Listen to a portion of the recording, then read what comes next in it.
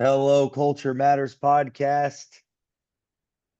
Before I introduce you to our guest, here's a quote just for this episode. He who would learn to fly one day must first learn to walk and run and climb and dance. One cannot fly into flying.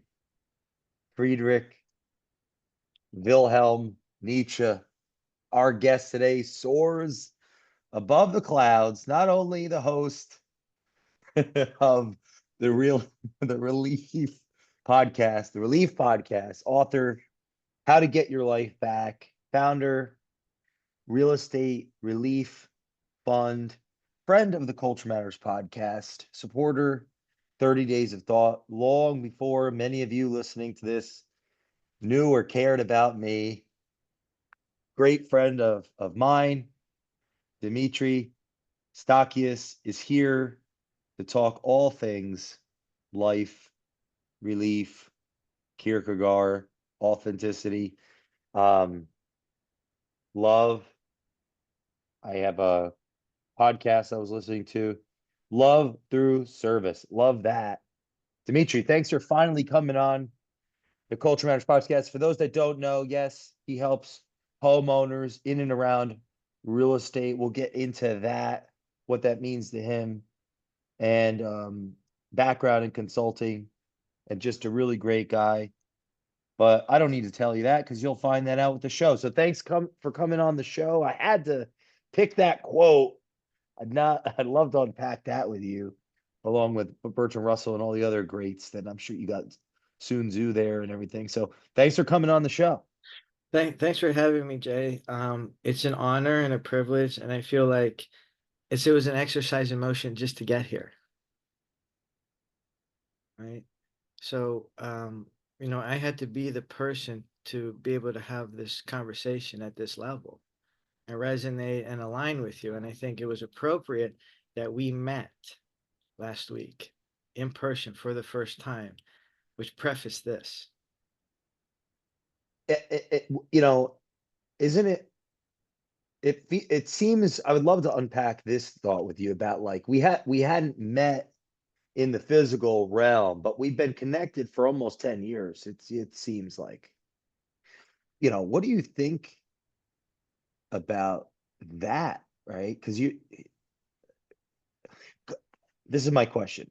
There are those that are listening to this. We're, there's large opinions in the world around the detriments of the social medias, the consequences of the social platforms.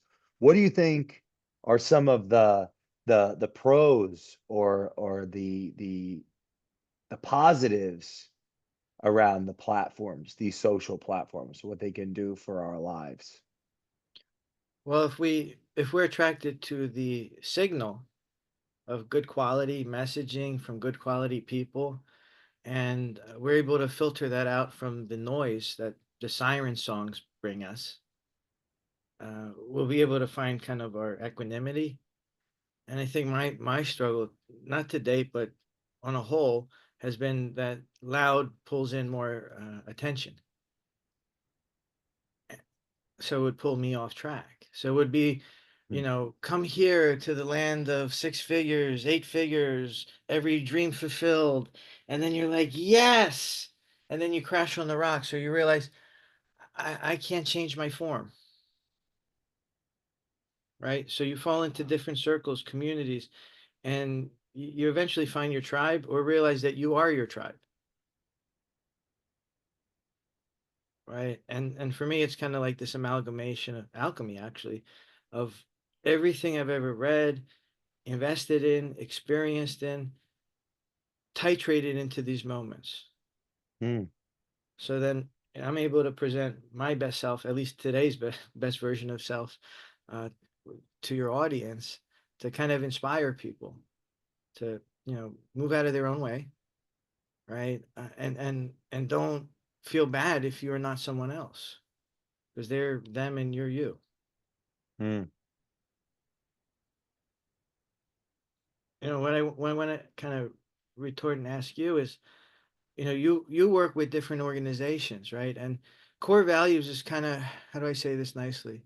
It's becoming commoditized, right? The unique differentiators that you kind of pioneered when you started your, Culture Matters and 30 Days of Thoughts, it's becoming a happy meal experience, but not Hmm.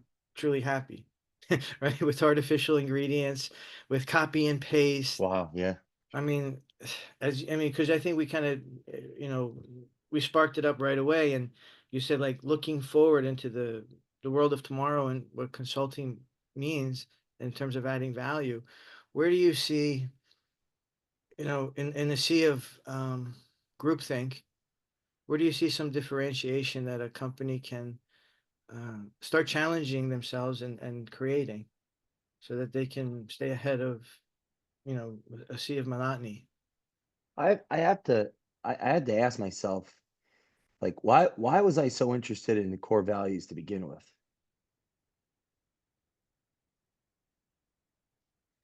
What's our compulsion as a culture to even be interested in the clarification of our values? What's happening? Is something happening in the world that we're not even aware of or clear on that's leading each of our organizations and each of us as individuals to even conceptualize values? So I had to ask myself, like, and I think personally, I was in the pursuit of identity, of you know, what's my value? What do I have to offer? Like look like desiring a feedback loop. Like what's my value? And I think when companies they come to the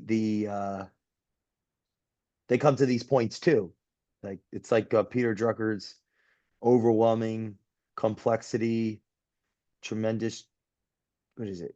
The three C's of business. Do you recall that overwhelming complexity, tremendous competition, and I want to say something clarity. change? The I want three to say clarity. Ch's. I want to say clarity, but I don't want to put words in his mouth.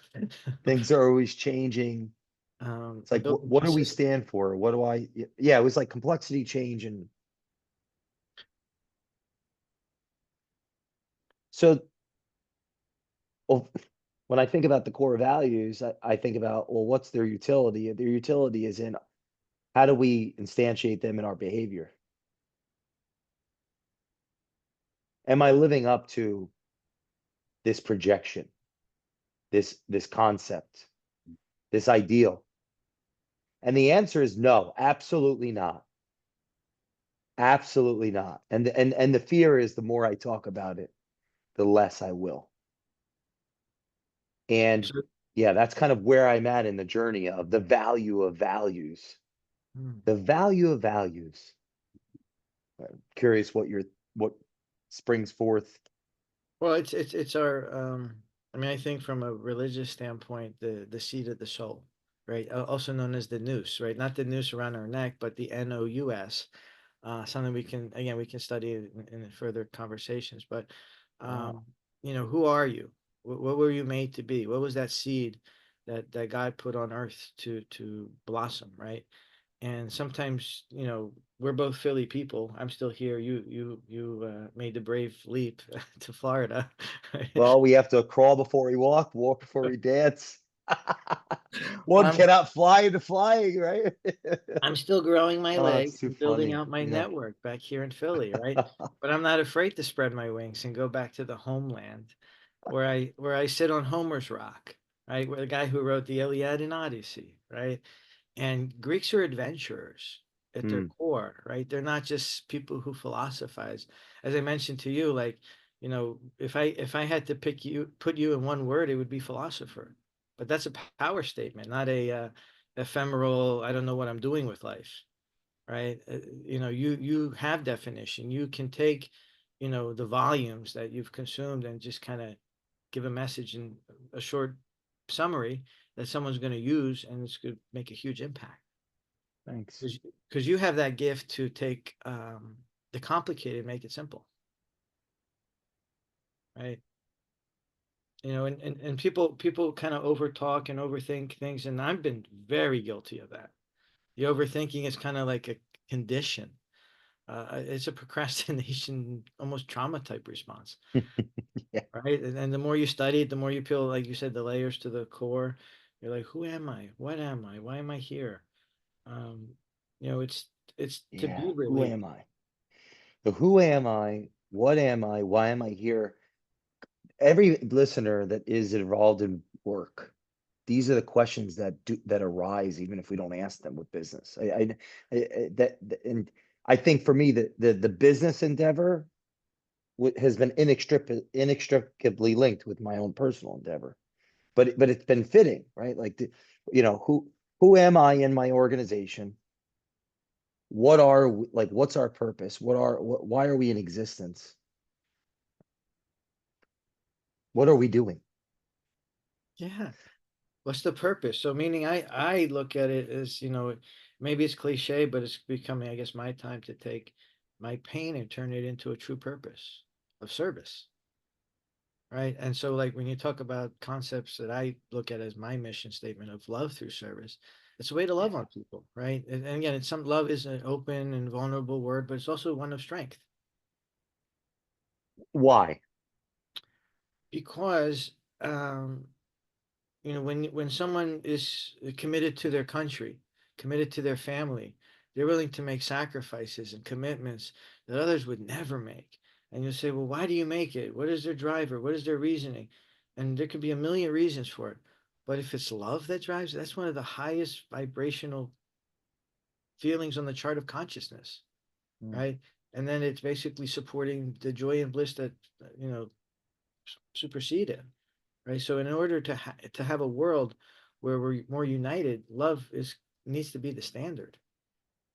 And as we enter that new golden age, right? I mean, T- Tony talks about Tony talks about like that we're entering this winter season, um, and in order to kind of make it through that winter season, we got to be strong. Okay, I already have my pile of books ready. Underneath this pile in the corner is keep going. For Ooh, those oh that are stop, not, yeah, stop. for those that are not watching us on YouTube, shame on you. Go, yeah, you're see the video I pulled out, Works of Love by Soren Kierkegaard.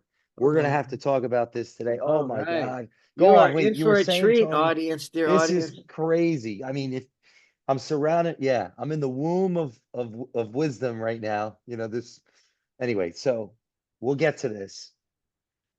Please go on. You were All saying right. Tony, and then I was So got so Tony talks about that we're entering this winter, right? And I want to kind of ask you that, do you feel that we're trending towards spring in some ways?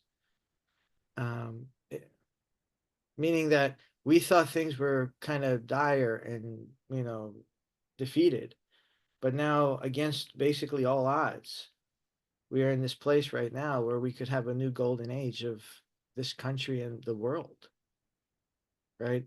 And so, do you feel that we could leverage the last 4 years of isolation, like you said, you've mentioned before on your own show, how do we make it through 2 years? I'm like, 2 years of introspection and study. I'm like, are you kidding me? I got a PhD in life now. wow. I mean, the library that I filled up with mostly used books from eBay I have love that. have filled my soul and allowed me to fill other people's plates with knowledge and wisdom and experience, and taking what I learned that's complicating and maybe easing someone's burden, giving some relief to them, right? And being helpful, not as a therapist, but just as a friend who's sharing love with someone. The kind of love that I would want, but I'm not seeking. Rule number 3 in Beyond Order, Dr. Peterson's third book is make. I'm sorry. This is actually 12 Rules for Life, not book 3, book 2. Make friends with people that want the best for you. I'm sorry. Yeah, make friends with people that want the best for you. What do you think about when you hear that rule?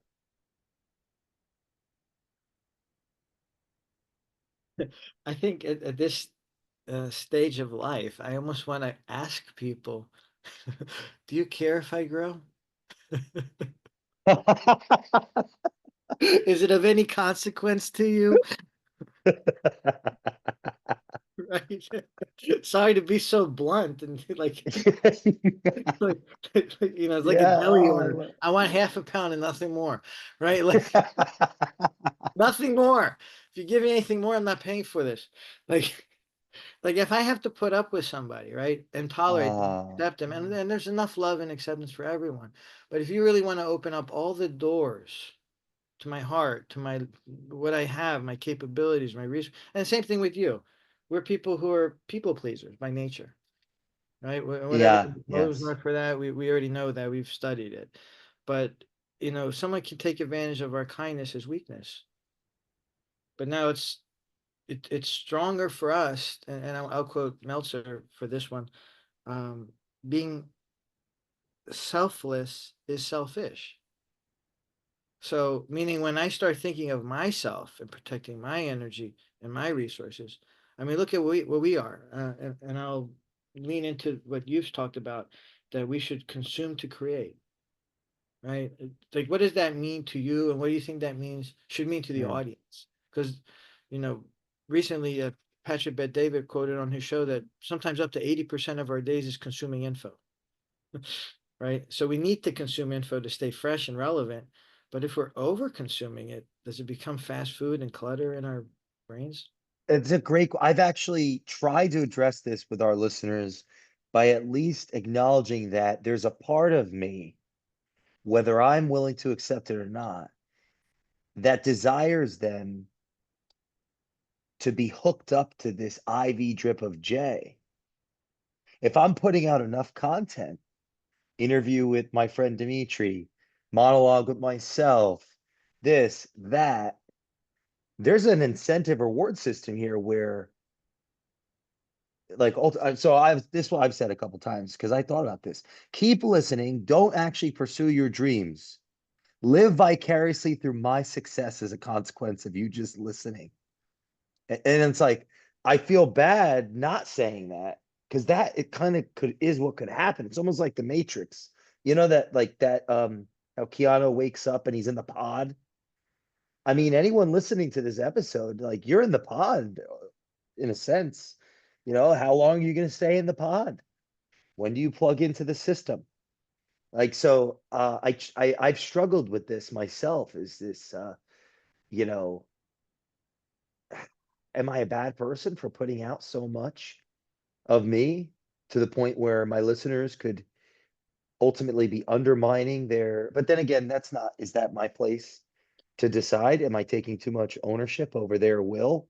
Like all I can do is give the most I can, and if I'm not putting it out, I'm not living that creation piece. I'm just consuming myself and then I'm in the pod. So I guess me being the host and putting myself out there is leaving the pod. But I'm in the pod all day long with other people. And so are you. So I'd be curious your thoughts on that. Like what's the balance? I've come up with these heuristics for myself. Read to think, write to develop, listen to hear what is unsaid, speak to let go. That's for me. When I don't do those four things, I'm not well. When I do these four things, I'm better. And then the business has blossomed from that. The business has come as a consequence of what I need to do for myself. Um, I'm yeah, so those four things are for me. I have to speak for me. I have to read for me. I have to I want to, do the podcast for me. I want to know, hey, what are you up to? What was the inspiration behind your book? I'm curious about that. It, Curiosity is again is the adventurer's tale, right? Taking those leaps, the big leaps, out of the comfort zone into the unknown, right? Where there's darkness, right? Where there could be danger or death, right? And so this duality that I think you speak of, it's in all of us, right? And And so that's why sometimes we don't reach for our dreams, or we might share them with the wrong people who kill them. So I feel like all our Mm, duties is to write out our biggest dreams and then start expressing them. Then carefully, not all at once, but testing an audience. And you know, when it comes to values, they're who we are, right? If we're adopting somebody else's rules of life, they're not ours. And we're going to try to change our face with a different mask. mm. And you're trying to adapt to that mask, and it's not you. You got to be you. And that discovery process is it's vulnerable to when you open up yourself. You know, there's a lot of pain, there's a lot of ugly, there's a lot of truth. But what happens is you start aligning with the people, places, and things that are meant for your journey. And so when you're creating, right? First of all, it's therapy for all of us. When I started creating podcasts in the last year plus, it's like, wow, people who would never have time for me because life is busy. All of a sudden, I didn't even mention I have a podcast. I don't even mention my ranking. I just say I have a podcast. Oh, yes. And they know that you have a great conversation, so they know like the world needs this. Whether 10 people consume this or 100, maybe in that moment in their life journey, they needed this episode to get off the fence, right? And you might have done 100 or 200 plus episodes between your show and other people's shows, but today's the day that person who's listened to 35 episodes says, you know what, light bulbs on. And you're going to sit there and say, well, why do I keep doing this? You're like, because I know that somebody's in there in that winter of discontent, and they need to move into the spring of excitement, right? Because What spring. was, do you remember your first episode? Yeah. um so I my first episode, yeah, I spoke with a young man who I greatly admire. I think there's some people who are younger than you who like outwork you and prove that I you're hope leaving a so. lot on the table. Right? So I'm sitting there thinking, like, I gotta become that, not the mirror of that, not the, but my own version of that. Yeah. Go to the floor, right? Put it all down there, right? So for me, it's going to the gym, again, at 44 years old, LA Fitness, and then go down the street, Grand Avenue, Northeast Philly, and go to the Hot Works. And I don't care what time it is, I'm going to put in a workout. And it won't always be the best workout, but I'm always there. I don't track the results. I know the results. I feel better. I'm more Mm. mentally prepared. Again, being that Philly kid, do we have that Rocky spirit? Even though Rocky's a fictional character, I resonate more like Joe Part of Frazier. the culture. I resonate more like Joe Frazier, though. I'm like, I want to be the unknown champion. Why did you start your show? I started the show to kind of inspire others to see that we're all the same, that we all have hardships, we all have setbacks, and we all have these moments where we realize there's more in us, and then I can do something with that. So all these same people, what they share a common thread is humility, Mm. right? Because what I realize, I think there's another thing that we could talk on. The more I start learning, the more I become super humble and realizing what I don't know. But there's so much more. It's like what Socrates was saying, Yes, I how feel he responded after the. stupid. Well, he's completely stupid when the oracle's like, oh, he's the smartest guy in the world. All I know is I know nothing. The more I'm learning, I'm like, God, I'm an empty shell. What is this? Right? The faster I'm filling it in, it's not enough. It's an endless hole of consuming knowledge, right? But it's applying it, right? And it has to be this kind of. I've struggled with the application. That's Mm, that even in my own testing, I like to explore ideas, knowledge for knowledge's sake. I enjoy that. We could have an agenda of what, like, if we had an offering for the audience, we could explore that, and then we could go into this with an outcome that we collectively created before this episode. And in theory, like in theory, statistically, I bet we could show the KPIs, like it could perform. If we had that conversation, I would then immediately throw it away as soon as the recording happened. Like I want to follow the string. I like pursuing the idea, even to the point where of my own destruction. Like it maybe, in a deep sense, yeah. Like I actually, yes, quite literally, it's like who Peterson quotes him sometimes. He worked with Russell actually. He was a mathematician. Whitehead, yeah, Alfred North Whitehead talked about our thoughts die so we don't have to. So like I'm constantly trying to reinvent everything. And that's, I mean, it's fun. It's like an inexhaustible well. Um, maybe maybe that's why I'm a podcast. I mean, I don't. Kierkegaard said that once you label me, you negate me. I hate labels personally. I truly hate them. I can't even Hate is such wrap a strong myself. word.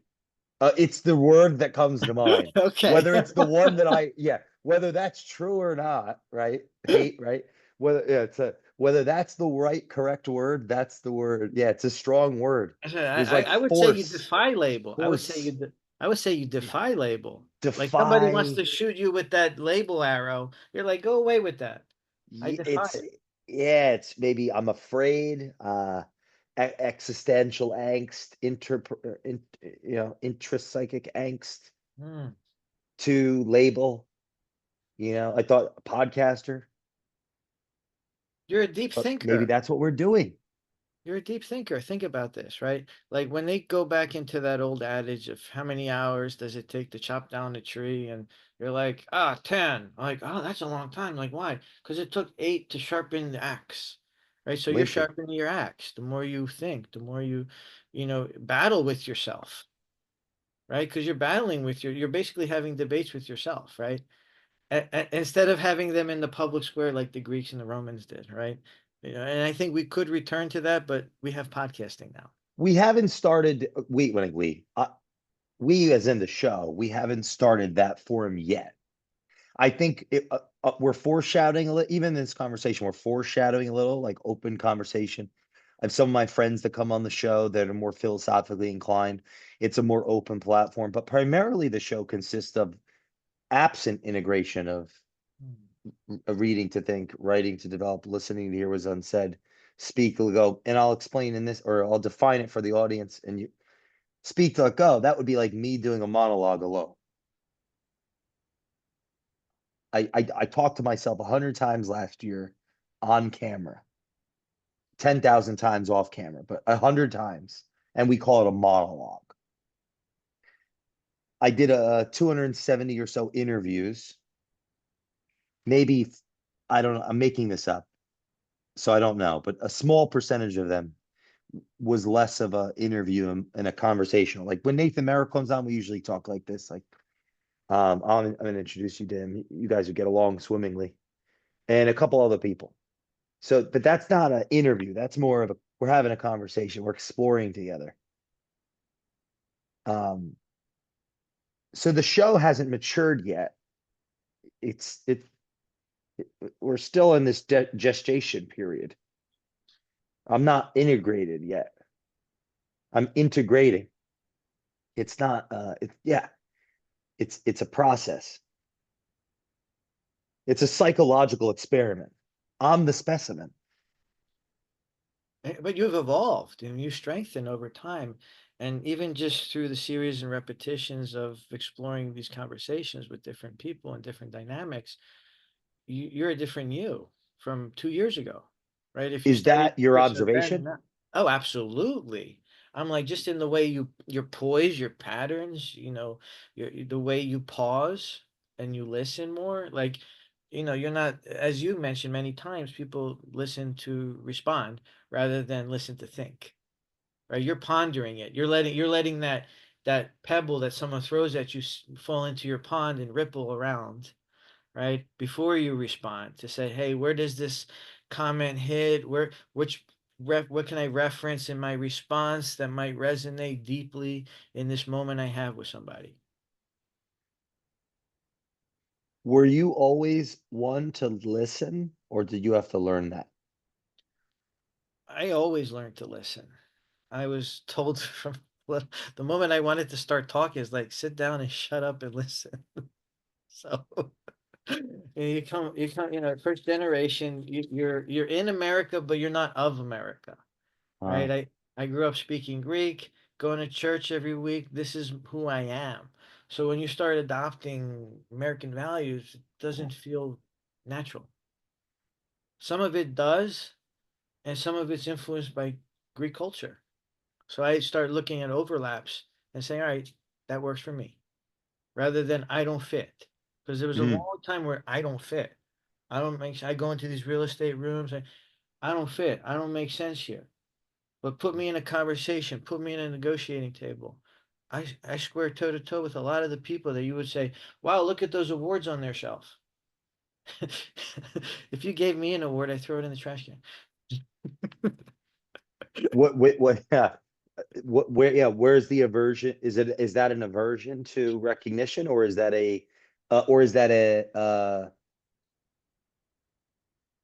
an awareness around uh, pompiety or I want to arrogance or I want to, so this, what you're saying here is really good. And I want to almost read a passage from this book on please, yeah. spiritual struggle. It's a modern day saint, Elder Paisios. He had this, he was on Mount Athos. He had clairvoyance. People would go to him. He would know their names, their problems, and how to solve them. So, somebody, goes up to him and says, the title of this passage is He Who Knows Himself Well Has Humility. Elder, I recognize pride only after I've already fallen to some error. The goal is to recognize pride before you fall, right? When someone tells you that you've done something well, do not feel satisfaction. Discount it. Don't let Mm, any praise stick to you. What will help with this? Know yourself. If you have self knowledge, the work is done. Any praise received is like a foreign body, it doesn't stick. mm, To me, it's like the water, to the duck. If someone says, "Hey, good job," maybe part of that inner child is pleased, but I don't mm. want it to be pleased. I know there's a lot more work to do. I know the work's not over yet, right? So I have to take. I'll take gratitude, because if that's a form of love that someone gives me, I won't reject it, because it's not. It's against my culture to reject hospitality. But then something I had to outgrow was saying no, putting boundaries on things. Boundaries are hard. You've had to start saying no, or you didn't, I and have. So let's say in Greece, right? You go out and it's somebody's name day, the celebration of the martyr that they're named after, and you go out and you have a meal, and they want to bring you all this cakes and cookies and stuff, and I'm gluten free, like, but I don't want to eat this stuff. I really don't. But I also don't want to insult the host. So I'm in this paradox where I accept something that hurts me. yeah, yeah. Now the new me says, with all due respect, as much as I love the gesture that you're making, my body doesn't agree with this stuff. So with respect and politely, I'm going to say no. And I say that once. And if they say it again, I'll just reference it again with patience. So a lot of times my patience gets tested as a landlord. Right. So like there's a lot of fields of battle in life, right? And you're in Florida where they have different regulations that they do in Pennsylvania. Cheers, right? So, Amen. I already knew that, and yet I'm still in this battlefield. What do I still have left to learn? Wait, I'm a tenant. I'm supposed to pay Huh? on time. What? What? Personal So responsibility and agency? What? What are you talking about? what are there what's worked for you to keep your cool at the same time, um draw a line in the sand, a line of demarcation, like not be over charitable, not over charitable, but also not underly compassion, underly, less compassion than necessary, or less Oh, yeah. empathetic than needed to be a strong leader It, it, of your firm. oh yeah. I If you mean, wanted to start with all the things not to do, that could be, what yeah. not to do I is mean, not that to let might be things. more tactical. Oh, let's back into it. So, what not to do is not to let things go. Not to let their stories become your pain, your problem. The other day I'm clearing snow off my property because you're supposed to, 7 o'clock in the morning when it's 14 degrees outside, and I pick up a carton. Inside this carton was a 65-inch television. Somebody who doesn't pay their rent likely purchased that television and didn't dispose of it properly.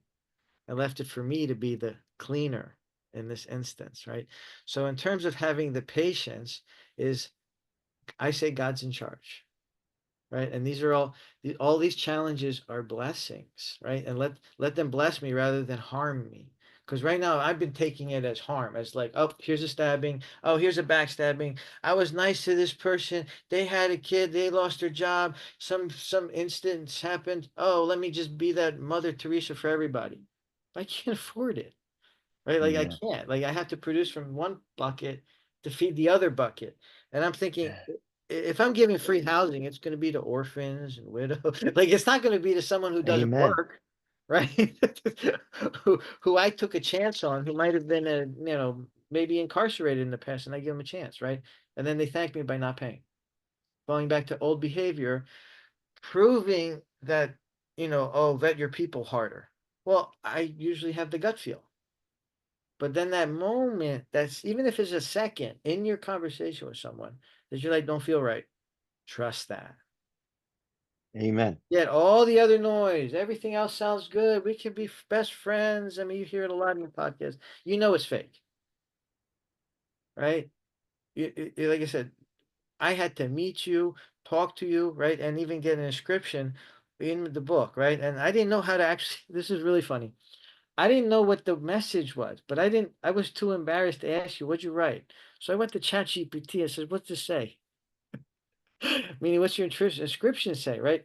And it said, keep reading, keep writing, keep thinking, keep speaking. And I'm like, boom. Now it's even more powerful. Now I share it with more people, right? Because you're asking people to express themselves, right?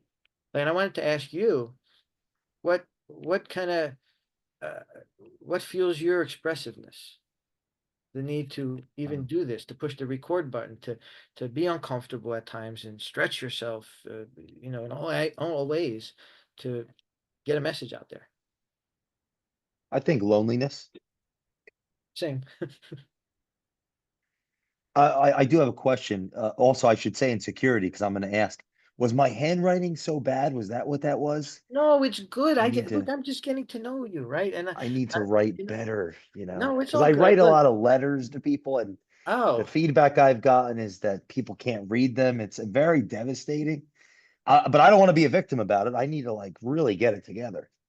I mean, I look, need to my get it, my get it together. writing is childlike, right? And but my cursive is good because I know that like that letter has to be kind of seen as that letter, right? And when I look at the penmanship of the past, right? I look at my late grandma who you know lived to 100.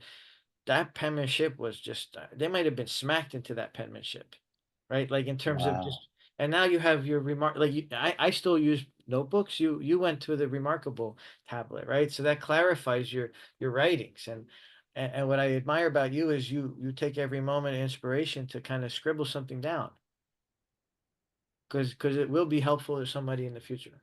And I think Thanks. that's kind of like the explorer's tale of, oh, when am I going to pick up on my adventure? How about the next adventure? There's another component to your question, which is Joan of Arc. She's upstairs on the wall. I was born for this. There's something that I think about this a lot, like my whole life, like my purpose. Um, I may have already lived it. Meaning, like maybe, I was supposed to say something to someone or do something. I may have already lived it. Everything else after that may be a footnote.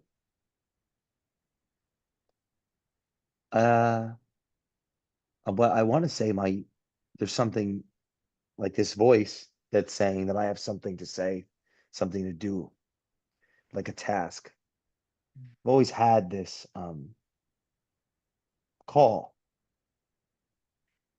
this call, this feeling, this it's not just a voice, it's like a compulsion or an impulse. And that drives me. Yeah. And it's been way more powerful than any institution or any person or persons. Because I have been in a subjective sense alone, the entirety of my my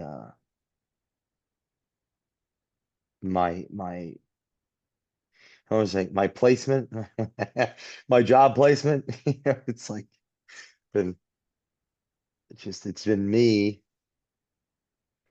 you know, kind of I'm like swimming or like trying to move through the morass of the swamp. So there's a feeling. I've never been short of things to say or thoughts to explore. And it's been about finding the mediums to do so with less shame and guilt and pain and suffering. Um, a desire to be understood is big. And I'm nowhere near that. I mean, um, very much one thing I'm really working on is being is accepting that I'm a student. Like I want to be proud of being a student. Although I'm a teacher to a lot of teachers, I very much believe I'm a student and I need to get in the right classrooms. I need to get in the classrooms that were made for me. And I'm not yet there. And so there, yeah, does everyone have a calling? I don't know. I don't know. I don't think I can know that. Um, but I think I do. I think I do. Now, I mean, you definitely do, and I think the more you work on the process, whatever the process is, right, of production, of creation, right? Um, would you say, in your own way, that you're igniting continually the flames within? Well, and if I don't, my wife will make sure I get out of bed. Okay, so there's your accountability partner. Well, it's yeah, and that's just one mechanism for that. The other would be, there's a handful. Yeah, yeah, right. But yeah, there's so many people that rely on me. I think I'm motivated by that as well. So that's a sense of a greater why. Like it's not about me But I waking. put myself in that position for my Mm, own selfishness. Or even almost I want to say narcissistic. I know that word, it's not healthy to use. That's one of the paradoxes of the narcissistic thinking is like, does the narcissist admit to it? Well, Jenna would say no, but I'm like, I think I'm fairly historianic or grandiose if I'm not careful. I'm taking this course on narcissism on Peterson Academy. Shout out to mm. Dr. Keith Campbell. Man, what a fantastic. And they're saying that we're all, a bit narcissistic. Now, I don't want to use that as some rationalization. It's like, oh, we're all a bit narcissistic. Everyone, yeah, No, but no, no, no. No, so I would think it's like a sampling of narcissism rather than a full buffet. yeah, and So to so you're saying, okay, so on when that name is mentioned, you think of some kind of bucolic Caesar like gigantic buffet where you got giraffe on the table and cheetah and lion, every animal from all the jungle, just so that fat people can feast. Like, no, it's more, do I have the ego in me to drive towards something? Right? Not the ego to step on necks on the way up, but to say, okay, how am I going to pursue a path the in spite of pros other that people? have put me in a position to be valuable to others, Mm, let innate, capacities, um, interests, and the willingness to pursue the repetition to sharpen the axe. Oh, yeah. Those pros have equally proportionate cons,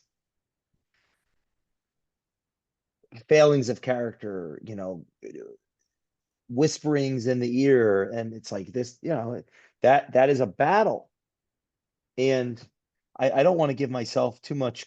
I'm careful to give myself too much credit for when I do good, because did I really do that? How much do I have to give to the people that raised me? How much do I have to give to everybody? But like, I didn't do this all.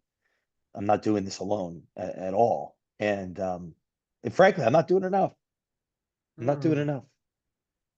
I'm going to be a more responsible person as I mature. I'm sorry, as I age physically, or else I'm a dick. Like, I'm just a jerk. Yeah, I'm that's how I inspired. feel right now. Like, I'm Oh, getting older by the minute, and I'm not a 20-year-old informally educated savant anymore. I'm an older, less physically adept, a little dumber in some ways. I think, like, I think my IQ is going down. Uh, I mean, just a fun conversation. But no, I could, yeah, the hourglass of time is shifting. And then on the other side of my thought, I'm like, well, yeah, so what? But there's I'm no. careful not to fall into Eastern philosophy, because the Western philosophy makes me productive. I have desires, impulses that need to be satiated. Like, I do love business, and I'm quite good at it, and so good at it, I could let that get to my frankly, I don't bragging. I don't talk about really any of my value to anybody, especially not on this show. Like, I'm very, almost like way too passive. Yeah, to the point of like, not a good, not good. I have to figure that out. Like, how can I? And I'm trying to, even just having this conversation, right? We're Yeah. just speaking freely. It's like, that's my explanation for 2025. That's my word, is intensity. It's like, it's really also is me. Like, intensity. What does that mean? It's more of Jay, more of me. Separate the wheat from the chaff. More of me. Mm. Now, but this is the issue. Like, I don't know. All of me isn't that great. There's bad, I have a lot of spice too. I think I'm afraid of myself in many ways. Um, and what I might do, and what I might do to others. The truth kills people, quite literally. It isolates too. You want to talk about being lonely, right? I would, I guess, not challenge you, but kind of help maybe look at things a little differently. That it's not loneliness, Challenge away.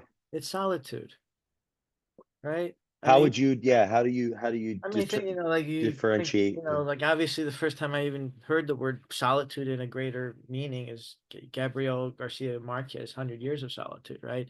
Of when Oh, I'm, is that the philosopher? yeah, yeah. Wow. Okay. So meaning that like when I'm in these moments of quiet contemplation, I'm not sitting there saying, "Oh, no one's here to love me. Oh, no one's here to talk to me. Oh, I'm not a group in a group." And then you're like, when I'm in the group, I can't wait to be out of the group. I can't wait to be in my thoughts, in my writings, in my readings. The same Yeah. thing, you're laughing because you reflect on this yourself. You're like, I'm great in social Yeah. aspects, but at some point we get full. There's too much data, there's too many names to process. I'm not my best right now. So you're getting a diminished me because my attention and energy levels have diminished. But when I go back to myself and I read, ooh, I hit the reset button. I'm writing something. I'm thinking. I'm producing something. I bring on a guest. I ask a question that opens up a dialogue that can go for a half hour, and I just let it roll, right? And I listen and maybe add comments where it's Mm. appropriate.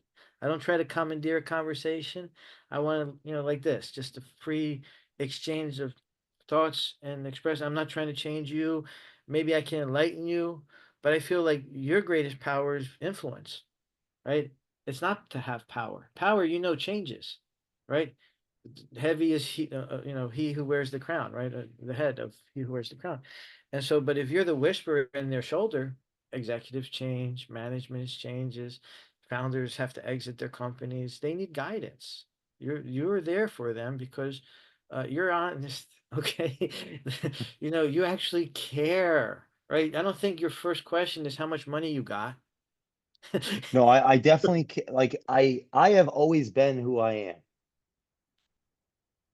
I I've always I'm trying to find a place where I could be that. And Uh, I've learned from advisors like you're a consultant, Jay.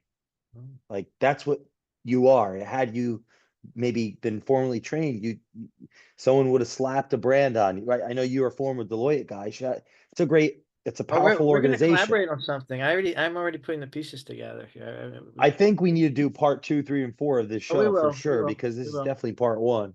But like the I would like your views on this. It's like, what role do you see for our listeners that are entrepreneurs, executives, trying to make it in the world? They're listening to the show still because they trust me and you seem like a great guy. Right there. That's They didn't enough. expect this conversation today. What do you think? What's the purpose of the healers, the helpers, people like you, people like me, when it comes to the business world? What's the purpose? Why should the entrepreneur listening to this or the executive that's cares about their company that they can make a difference? I talked to one buyer today, like they want to bring me in their company, their organization. They're not the owner, but they'll do the best they can to do that. Like, what's our purpose? Why are we a part of this business ecosystem, people like us? I think it's to clear the lens, right? We're here to regain reshine the brilliance that the founders had when they wanted to start a company, a new entity. And maybe they lost that dream. Maybe they lost that flicker of hope and faith and belief. And we're here to say, you know what? We can re-spark that belief. You can re-energize, you can create a culture, right? Obviously, that word cult is in there, but meaning it can be that fanatical, right? Like companies like First Form, where they rally, where they talk, and all of a sudden there's a movement. There's people who would basically, you know, put themselves to battle to save their coworker, right? How often Mm, can you say that? Right. So if you get to birth these movements where mm, people show up energized and they're not saying, oh, I'm just moving this cog along the way. No, the reason why you're moving this cog is so that the 100 other cogs can stay moving. And in fact, if you stop moving, this company stops. So what you're doing is crucial and essential to the forward motion of this company. So like when you start infusing the message you have with more enthusiasm and excitement, that's where I feel the tribe comes in, right? Like in the future, it won't be Jay as a consultant, Demetri. Like I said, it says it'll literally be driven allies. It'll be people who put their minds and efforts together and set aside their egos and need for whatever, whatever this is on their own, but do that together. mm, Right. You saw when you did that in the TCS crowd in Florida, everybody starts rallying to that. Right. The strength, a sleepy crowd starts waking up. Why? Because you're activating their primal instincts. mm, We have this animal nature and we have this divine nature, right? And we battle it out within. But if we're going to hit the higher highs of what life could offer, we need to put our best minds together and saying what fits here, what doesn't fit there, and what fits the client, right? Because that's who we're serving. We care. We love that client, right? It's just not another billing. It's just not another 3 hours of work. It's what do I give you that's my best in this moment that can make a meaningful impact and that leave such a strong impact that when you need me again, you'll call me, even if it's not for what I'm good at. Even if it's, hey, Jay, who's good for this? Who's good for that? Now you become a resource because you're already connected to a whole bunch of people who are good. Again, that's all it is. It's not who's the best, it's who's good, who's going to serve you Mm. honorably. Because best is competitive, best is ego. Who's the best? I don't know. It changes every day. Mm. Whoever won What the are your gold. views on service? Service is oh it, it it's I look at it almost like following the commandments. Like I'm respecting the create when I serve you well, you know, Greek hospitality. You come to my house, some coffee, water, food. I'm not going to force you to eat it, but I'm going to offer it, whether they ask for it or not. And sometimes that spirit of service is, hey Jay, I don't know if you're looking for this advice, but here's some advice. And use it if it fits you, use it if it feels right, whatever. But meaning if you took this nugget and implemented it, maybe you save a few months of struggle, right? And you're like, oh, well, I don't know if I needed that. Well, I gave it to you, right? So I have no attachment. So that idea of let me serve you, let me gift you something. If you don't take it well or acknowledge it or recognize it, that's okay. I know I did something right. But it took Mm. me years to realize that, I don't have to please you and you smile, right? Because then that, I forget which philosopher said this, but maybe it was Kant that there's some utility in that, right? That we need to do things sometimes without gaining utility, right? Just for the sake of giving. That I gave you something I just because I'm supposed to do it. Yeah, it's the category treat others as an end in themselves, not a means to an end. Yes, yes, and that's unfortunate. We live in this transactional culture that values the next sale, the next deal, the next accomplishment and accolade, right? And I don't remember who won the last whatever, you know, championship game. You know, I've challenged people who are winners, and sometimes they back down. So and Yes, yeah. I went to a really overpriced event once where I talked to an Olympic gold medalist, right? And I challenged him to a race, and he said no. Now, mind you, could he have outrun me? Certainly. Absolutely. Probably on his worst day. But to face down someone who's that good with full confidence and certainty, saying, you know what, I'm going to give it my all. They think you're going to show up like what's his name? Who's the guy who That's knocked really out funny. Mike Tush? Jake Paul, No, not Jake Paul. I think a few decades before. Um, Not Riddick Bowe. Anyway, the Buster Buster Douglas. Douglas. Buster Douglas, right? Buster Douglas honored a promise to his mother. She died before the match. He said, I'm going to beat Mike Tyson. Now, mind you, she wasn't here in the earthly plane, but he believed in the spirit above, saying she's watching this, right? Now, Mike at the time was probably dealing with some mental battles. Physically, the most ferocious beast in the cage of a boxing match. But because his mental game was off and Buster's was on, in that shining moment, that star rose and hit the freaking zenith. Okay, now after that, he collapsed. He didn't give it the same commitment he had then because he didn't have a strong why afterwards. He honored his mom's promise. That was it. Mhm. Now, if mom said build a career on that, do something more with that, you could have, right? But what I wanted to ask you, I've Mhm. always kind of almost Wow. curious to ask you this for years, and I think you'll love this question. So, Alexander the Great was tutored by Aristotle. Do you Absolutely. Yeah. do you think had he listened to him, because I'm kind of thinking Aristotle would tell him, digest your wins. Don't keep expanding without integrating. Do you think had Yeah. he Wow. taken that lesson, we would still have this beautiful empire that he started? It's a I love the question. I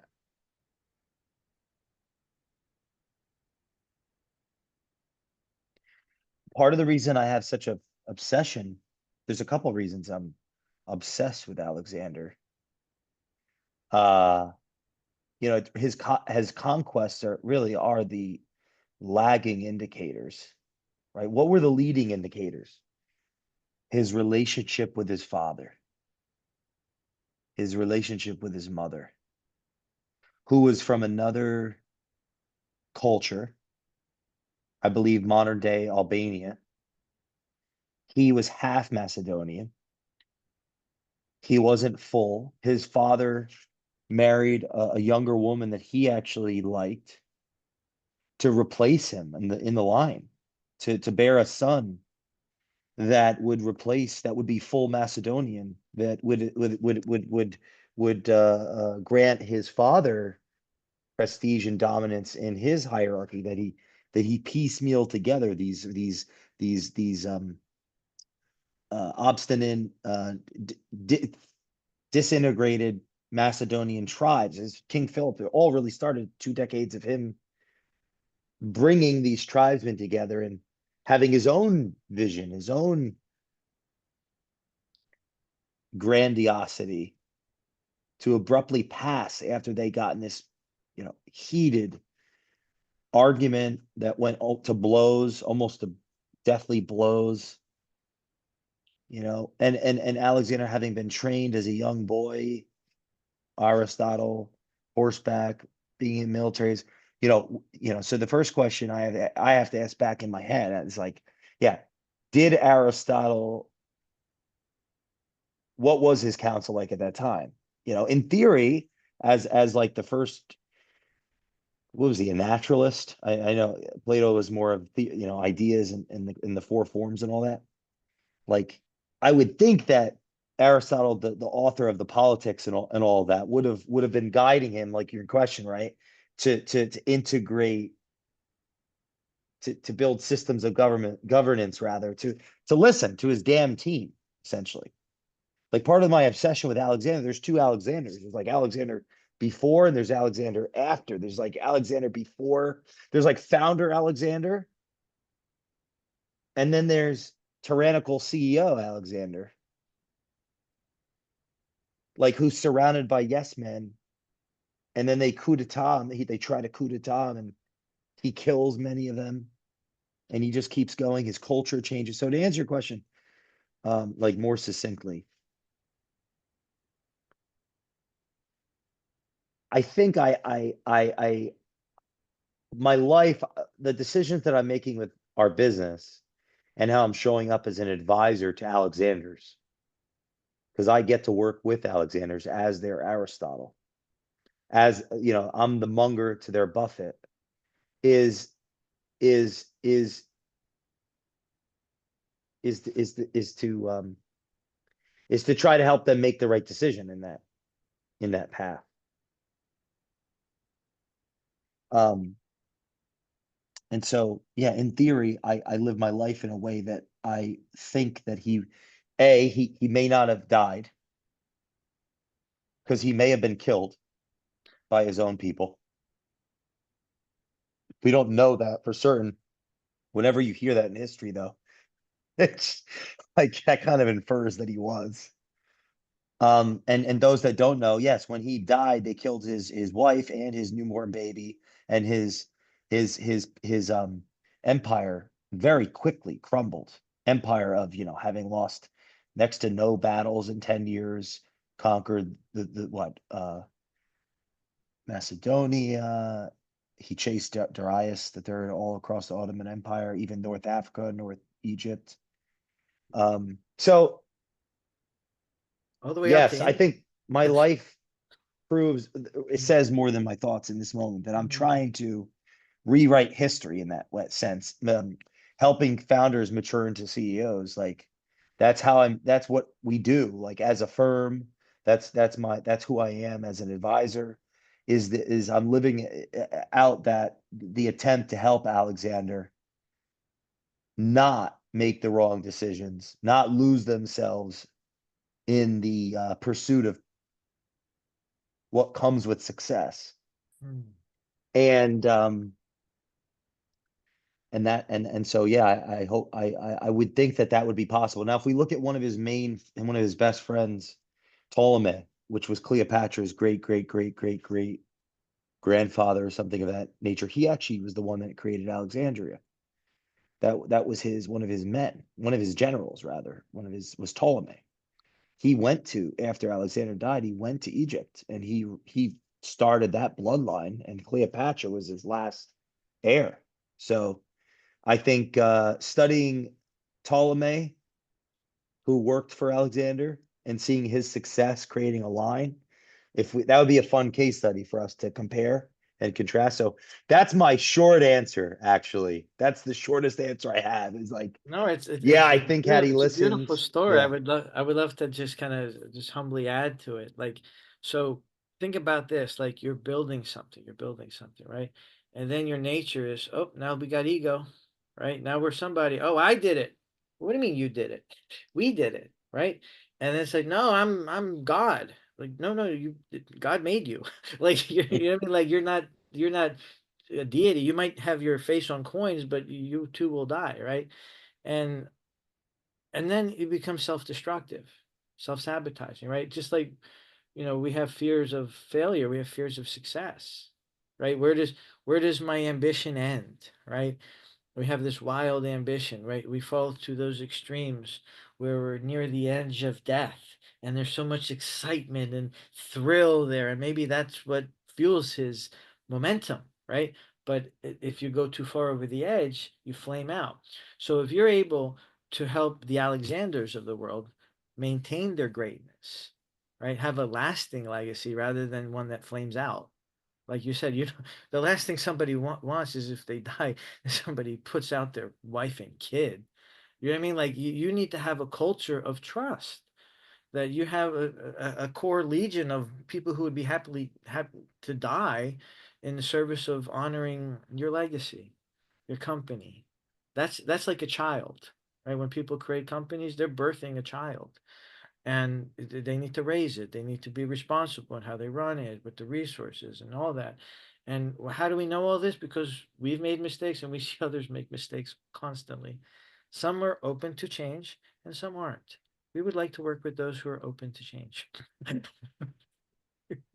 Demetri, you're the man. If anyone is listening to this, I challenge you to go listen to the Relief podcast.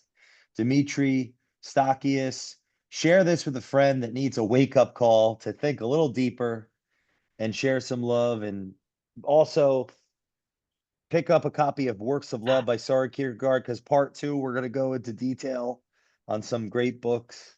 Well, And we, how about this book?